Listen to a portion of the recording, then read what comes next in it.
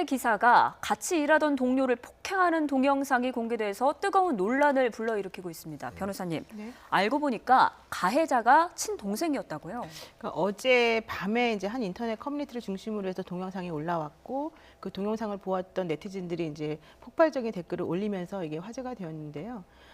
어제 오후에 있었던 그 공덕동 근처에 있었던 그 택배를 옮기는 과정 중에서 벌어진 사건이었습니다. 아까 그 화면에서 보시는 것처럼 어떤 남성이 다른 남성의 배를 때리기도 하고 발길질을 하기도 하고 얼굴을 때리기도 하고 심지어는 그 안에 이제 차 안에 집어넣어놓고 문을 잠가버리는 행동까지 해서 감금까지 있었는데요. 네. 이제 그 동영상이 올라오고 화제가 되고 나서 오늘 자신이 그 동영상 속의 인물이다라고 하면서 올린 글에서 보면 본인이 어제 그런 잘못을 했다. 그러나 우리는 아버지가 초등학교 2학년 때 돌아가신 이후에 형이 어렸을 때 뇌병변으로 언어장애와 지적장애를 앓고 있으면서 어머니까지 몸이 아파서 본인이 그 형을 집에 놔두고 오게 되면 이제 큰일이 벌어질 수 있을 것 같기 때문에 형을 데리고 다닐 수밖에 없는 상황이었고 그런 과정 중에서 형이 여러 가지 측면에서 좀 문제를 많이 일으켜서 그동안 좀 쌓였던 것들이 있었었고 특히 어제 저 장면은 두 가지 점을 얘기했는데 엘리베이터 안에서 옆에 있는 여성에게 자꾸 말을 시키거나 웃음을 보이면서 뭔가 좀 그 여성이 좀 놀랄 만한 그런 행동을 해서 자기가 이제 놀랬다는 거 하나 하고 또 물건을 이제 제대로 쌓아달라고 얘기를 했었었는데 형이 그걸 제대로 하지 못해서 이제 참았던 화가 폭발했다 이런 식으로 변명을 하고 있습니다. 그래서 이거 좀 경찰 수사가 뭐 진행이 된 걸로 알고 있는데 네. 뭐 어떻게 해서 경찰이 이 사건을 좀 입건하게 된 겁니까? 그래서 처음에 이제 단순 폭행으로 입건을 하는 줄 알았었는데 알고 봤더니 장애인 복지법 위반으로 지금 입건을 해서 지금 조사 중이라는 얘기가 나와 있는데요. 예. 장애인 복지법은 일반 폭행보다 훨씬 더 좀 셉니다. 그래서 59조의 9에 이제 2호에 나와 있는 그런 항목에 보면 장애인을 학대하는 경우, 즉 저렇게 폭행이나 상해 같은 걸 하거나 감금이나 협박을 하는 경우에는 7년 이하의 징역이나 7천만 원 이하의 벌금에 처하게끔 되어 있기 때문에 단순한 폭행이나 상해보다 훨씬 더 형을 좀 가중해서 처벌하는 경우가 있거든요. 근데 문제는 지금 저런 식으로 입건을 해서 경찰이 조사를 하고 피해자의 진술을 들어보기 위해서 형에게 확인을 해보았더니 형이 나는 맞은 기억이 없다. 네. 이렇게 지금 자체를 부인하고 있다는 거고요. 이제 동생은 자신이 때린 거는 맞다라고 인정을 하면서도 이건 우발적인 것이었다라고 얘기를 하고 있습니다. 그래서 사실은 이게 단순히 형법상의 폭행죄를 의율할 것인지 아니면 장애인 복지법을 적용할 것인지에 따라서 이게 이제 반의사 불벌죄라고 해서 피해자가 저런 식으로 피해 사실을 부인하고 있거나 처벌을 원하지 않으면 또 사실은 처벌이 안 되는 경우가 있거든요. 그래요. 그래서 그런 것들은 이제 앞으로 어떤 식으로 처리할 것인지는 좀 더 지켜봐야 될 것 같습니다. 예. 네, 그런데 영상을 보면 형은 별다른 저항이 없이 좀 위축돼 있는 모습이거든요. 상습 폭행이 아니었나 이런 우려도 나오고 있습니다. 사실 그 점이 좀 가장 우려되는 부분인데요. 동생은 우발적으로 한 행동이라고 얘기를 하고 있으나 아마도 그 맞은 형은 동생이 저런 식으로 폭행을 가할 때 전혀 반항하지 않고 저항하지 않고 놀라지도 않습니다. 네. 그리고 동생이 형을 그 차 안으로 밀어넣고 문을 잠가버릴 때에도 차에 들어가서 벽 쪽을 향해서 그대로 서 있으면서 이 모든 처분을 바라는 형식으로 지금 서 있어요. 그 얘기는 네. 그동안에 저런 식의 상습적인 학대나 폭행이 많이 있었던 것 아니냐. 그래서 형이 오히려 좀 학습된 거 아니냐 이런 의문을 좀 낳게 했고요. 그래서 지금 결과적으로 경찰에서 확인하고자 하는 것도 역시 상습 학대가 있었는지 없었는지 그 부분인 걸로 알고 있습니다. 상습 학대가 있으면은 추가적으로 좀 죄가 무거워질 수 있는 건가요? 그러니까 원래는 단순한 한 번이나 단발적인 상태의 그런 범죄였다면은 그거보다는 상습인 것은 훨씬 더 장기간에 오랜 시간에 걸쳐서 되는 거기 때문에 형을 보통 2분의 1까지 가중할 수가 있습니다. 근데 또 그 형은 그 처벌을 원하지 않는다고 함에도 불구하고 처벌받을 수 있는 겁니까? 이제 그렇죠. 상습이 붙어버리게 되면 단순하고 좀 다르기 때문에 반의사 불벌죄가 적용되지 않거든요. 그래서 좀 저 상황을 좀 봐야 됩니다. 네, 그런데 상황이 좀 반전된 게 동정 여론이 시작이 됐습니다. 형이 지적 장애가 있는 형을 혼자 둘 수가 없어서 4년째 동생이 지금까지 데리고 다니고 있었다. 이런 내용이 추가로 공개가 됐잖아요. 사실 되게 안타까운 현실인 것 같아요. 이제 지금 동생의 말을 빌리자면 형이 어렸을 때부터 저런 식의 장애를 알아왔고 아버지가 일찍 돌아가시면서 어머니와 형의 약값을 본인이 모두 부담하고 있다.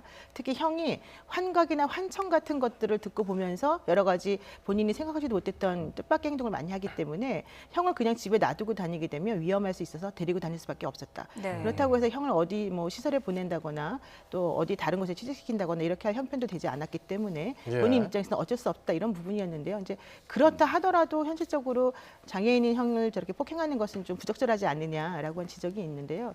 저는 좀 그런 것도 문제이기도 하고 또 하나는 저런 식의 중증 장애인이나 좀 문제가 있는 경우에는 사실은 우리나라 이제 복지제도가 예전보다 많이 좋아졌기 때문에 좀 그런 그 정부의 도움을 좀 받을 수 있는 부분이 있거든요. 그래서 그런 부분, 그러니까 뭐 장애인 입소 시설이라든가 그런 곳에 한번 도움을 청하는 것도 생각해 봐야 될 게 아닌가 싶습니다. 예. 그러니까 지금 어렸을 때부터 어머니도 아프시고 그리고 형도 불편하고 아버지는 초등학교 2학년 때 돌아가셨고 그 우리가 상식적으로 생각해 보면은 참 그 힘든 삶을 살아왔겠구나. 그 삶 속에서 굉장히 여러 가지 사회에 대한 불만도 있었을 것이고 여러 가지가 있었겠구나. 이런 생각이 들면서 지금 동정 여론이 생기는 건데 이 부분에 대해서 우리가 어떻게 짚어봐야 될까요? 사실은 이제 동생의 입장만 전적으로 놓고 본다면 본인이 지금 짊어지고 있는 짐이 너무 많고 사실 상당히 중합니다. 저런 상황에서 앞으로 계속해서 저 형을 짊어지고 가야 된다고 생각한다면 누구라도 그 상황에서 화가 나지 않을 수 없고 또 여러 가지 그러니까요. 쌓이는 부분이 있을 것 같아요. 그래서 지금 저 동생 부분도 아마 처음에는 형을 좀 잘 돌봐줘야 된다는 생각을 많이 했을 것이고 가장으로서 책임감을 느끼고 했겠지만 이게 이제 한두 번 쌓이다 보면은 습관적으로라도 형에 대해서 화가 날 수 있는 것이고 특히 이제 지적 장애나 이런 장애를 앓고 있는 분들 같은 경우에는 상황에 대한 판단 능력이 제대로 되지 않기 때문에 네. 우리들이 요즘 미투라던가 혹은 그 다른 사람과의 관계에 있을 때 상당히 중요하게 생각하는 부분들이 있는데 그런 것들에 대해서 아마 얘기를 해줘도 못 알아들었을 가능성이 크거든요. 그러면 본인의 의사와 상관없이 부적절한 상황이 연출될 가능성이 매우 높고 또 주변 사람들한테 오해를 받을 상황이 있었기 때문에 아마 그런 것들을 좀 더 처리하는 과정 중에서 동생이 더 힘들지 않았을까. 이제 그래서 그런 것들 때문에 스트레스가 쌓여있던 것이 갑자기 폭발한 게 아닌가 이제 이런 생각도 듭니다. 네. 그렇지만 그렇다 하더라도 그런 것들이 형에 대한 폭행에 대한 면죄부가 되기는 어렵기 때문에 그런 것들은 이제 정상 참작상이라는 항목으로 양형에서 조금 깎아주는 정도에 불과하거든요. 그러니까 아예 면책이 될 수는 없는 부분이고요. 그래요. 그런데 걱정이 되는 게 동생의 주장대로라면 만약에 동생이 처벌을 받으면 가족 전체의 생계가 어려워지잖아요. 이런 경우에도 똑같이 처벌이 되는 건가요? 바로 이제 그런 점들 때문에 사실은 그 우리 법원에서는 좀 참작 사항들이 있는 경우에는 아예 뭐 실형을 살지 않게 해준다거나 이런 식으로 해요. 그런데 예컨대 네. 지금 제가 이제 말씀드린 혐의점들 때문에 벌금을 뭐 할 수도 있고 아니면은 실형을 살게 할 수도 있잖아요. 판사님이나 이런 분들이. 그런 경우에 만약에 실형을 살게 되면 정말 집의 생계가 무너지기 때문에 그 재판부에서는 초범이라든가 반성한다든가 뭐 이런 여러 가지 것들이 있으면 집행유예를 해주는 경우가 많아요. 오히려 형편이 어려운 사람들한테 벌금이 좀 더 약한 벌이긴 하지만 벌금 처벌을 해주게 되면 오히려 경제적인 문제가 더 커지기 때문에 네. 사실은 벌금보다는 집행유예 해주는 경우가 훨씬 더 많은데 이제 일반적으로 법원이든 경찰이든 검찰이든 여러 가지 그 기관에서는 종합적인 상황을 따져서 그에 좀 적절한 처분을 하고 있긴 합니다. 이런 경우에는 사실 시민사회가 좀 관심 가지면 어떨까라는 생각이 드는데 어쨌든 경찰은 그 장애인 시설에 형을 지금 옮겨놓은 상황이고 이런 상황에서 좀 이 시민사회에서 바라봤을 때 이 지금 사연 이런 상황들은 사실 비일비재할 것 같거든요. 그렇죠. 이런 부분에 대해서 어떤 목소리를 내야 될까요? 기본적으로 이제 그 제도 같은 것들이 있다면 제도를 통해서 저 형과 저 가족들이 모두 다 좀 도움을 받을 수 있는 그런 연결을 좀 제대로 해주는 것이 필요할 것 같고요. 우리들이 또 너무 한 사람에게 모든 짐을 짊어지게 하는 건 좀 부적절한 것 같아요. 지금 이 상황 같은 경우에도 형을 당분간은 친척집에 머무르게 한 다음에 장애인이 입소시설에 그 들어갈 수 있는지 확인을 좀 해보겠다고 하는 것까지가 지금 오늘 나온 얘기거든요. 네. 그렇다고 한다면 이제 정부에서도 전혀 이런 구제 방법이 없는 건 아니니까 동생도 그런 사실을 조금 더 확인해보고 사회복지사들의 도움을 좀 받는 것이 필요하지 않을까 싶고요. 우리들도 우리 일반 시민들도 무조건 이제 화를 내거나 욕을 하거나 이럴 게 아니라 좀 상황에 대한 이해를 조금 더 먼저 하는 게 필요하지 않을까 싶습니다. 네. 예. 자 그리고 또 이 동생이 어찌됐건 그 인터넷을 통해서 사과문을 발표했는데 지금 이 상황에 대해서 이야기를 썼지만 또 이것에 대해서 또 진위 여부는 또 확인해봐야 될 것 같은데요. 그렇죠. 그래서 지금 경찰에서도 그 탐문 수사 같은 것들을 통해서 주변 사람들의 그런 상황 같은 것들도 알아보고 정말 저 가정이 저런 식의 형편이었는지 또 저 동생이 저 형을 저런 식으로 데리고 다니면서 일을 했는지 이런 것들도 확인해보고 있다고 지금 얘기를 하고 있습니다. 지금 저 영상에서 보았던 것 중에서 조금 특별했던 것 중에 하나는 뭐냐면 네. 저런 식으로 폭행이 사실 이루어지고 있는 중에도 주변에 지나가는 사람들이 많이 있었거든요. 네. 근데 아무도 거기에 대해서 특별히 말을 하거나 신경 쓰거나 제지하는 사람이 없었다는 거예요. 그래서 이제 그런 것들이 혹시라도 이게 좀 일반적으로 많이 이루어지는 상황이었기 때문에 주변 사람들이 알고 그냥 넘어갔던 것이냐 아니면 그렇지 않은 것이냐 이런 것들까지도 좀 확인을 하겠다라고 하는 게 경찰의 입장입니다. 예. 자, 지금 사실 어떤 인륜이잖아요. 형을 때렸다는 것 자체가 굉장히 좀 안타까우면서도 답답하고 그렇죠. 사연을 알게 되니까 뭐 이런 부분에서는 사람들도 좀 안타깝다라는 여론들이 많이 있는데 뭐 사람들이 뭐 이 사건에 대해서 뭐 더 관여할 수 있는 방법들이 뭐가 있을까요?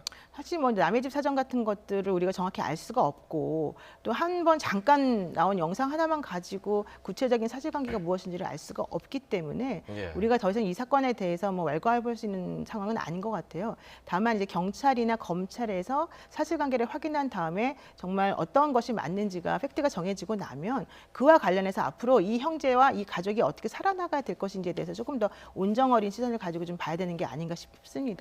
네. 이제 다행스럽게 이 택배를 하는 분들은 사실 개인 사업자로 등록이 되어서 사실은 큰 네. 회사에 소속이 된 것처럼 보이긴 하지만 또 개인 사업자로서 좀 이렇게 따로따로 계약을 체결하고서 일을 하는 부분이 있어요. 개개인이 개인 사업자로서 계약을 하는 건가요? 네, 그렇습니다. 그러니까 그 한 뭐 예를 들면은 뭐 현대택배다, 뭐 로젠택배다 이런 큰 택배 회사가 우리가 있으면은 보통 사람들이 조끼 같은 걸 입고 있으면 그 회사 직원인가 보다라고 생각을 하지 않습니까? 네. 근데 사실은 그 직원으로 직접 고용된 것들이 아니고 그 중간에 이제 다른 회사를 거쳐서 사실은 이제 위탁계약 비슷하게 내지는 하청 비슷하게 일을 하는 부분이에요. 그래서 지금 저런 장면이 나왔을 때 사람들이 아니 저 회사에서 왜 저런 식으로 사람을 부리게 하는 거지? 왜 장애인 형을 데리고 다니면서 폭행을 하게 그대로 놔두는 거지? 라는 식의 의문도 품곤 했었었는데요. 네. 그거는 약간 사실관계가 다르기 때문에 좀 확인을 해봐야 되는 부분인데 바로 이 계약 관계가 직접적인 것이 아니었고 이제 다른 어떤 회사를 통해서 연결된 부분들이었다. 이제 이런 것들이 있습니다. 네. 네, 만약 말씀하신 것처럼 대리점과 계약하고 있는 개인 사업자라면 영상이 공개된 뒤에